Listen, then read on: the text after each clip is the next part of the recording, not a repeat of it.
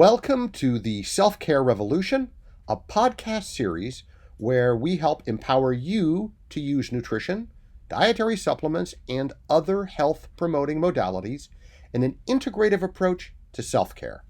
I'm Gene Bruno, nutritionist, herbalist, professor of Nutraceutical Science at Huntington University of Health Sciences, formulator of Twinlab products, and your host. In today's podcast, we are going to discuss organic versus non-organic foods.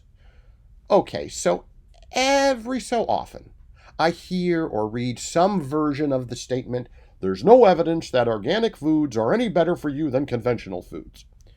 So this is, to say the very least, an incredibly inaccurate position to take. The fact is, there is a significant body of research showing that the opposite is true. And that's the subject of today's podcast. Now, since there's so much research in favor of organic foods, I'm going to summarize some of that research today by discussing three specific studies, which themselves are reviews of dozens or hundreds of studies.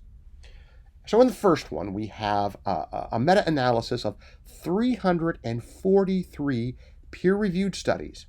In this meta-analysis, researchers shared data indicating that there is a statistically significant and meaningful difference in composition between organic and non-organic crops or crop-based foods. Most importantly, the concentrations of a range of antioxidants, such as polyphenols, were found to be up to 69% higher in organic crops versus the conventional. Now, many of these compounds have previously been linked to a reduced risk of chronic diseases, including cardiovascular disease and neurodegenerative diseases and certain cancers. And this was shown in all kinds of dietary interventions and epidemiological studies.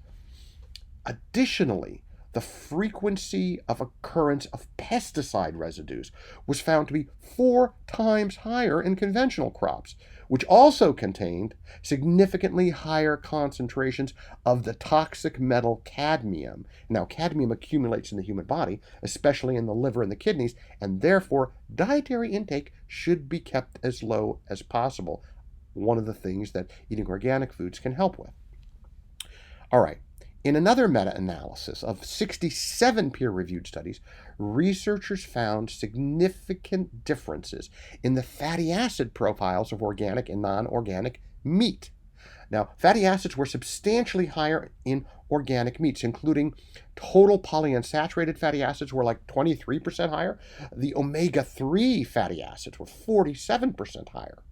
Now, with a higher presence of omega-3 fatty acids, which is linked to decreased risk of cardiovascular disease, and a lower presence of saturated fat, which is linked to an increased risk of cardiovascular disease, organic meat was found to have a lower likelihood of contributing toward blood clots. So again, whether you're talking about crops, whether you're talking about animal foods, meats, organic is a better way to go. Now, how about if you're looking at something like milk? Well, in a meta-analysis of 170 peer-reviewed studies, researchers demonstrated that the fatty acid content of organic milk was also significantly higher than that of the non-organic milk. So this includes, again, your omega-3 fatty acids, 56% higher, alpha-linolenic acid, 69% higher, and conjugated linoleic acid, CLA, which was 41% higher. So, in addition, the meta-analysis indicated that organic milk has significantly higher vitamin E at about 13% higher and iron about 20% higher. Look, organic foods offer some distinct nutritional advantages over non-organic foods.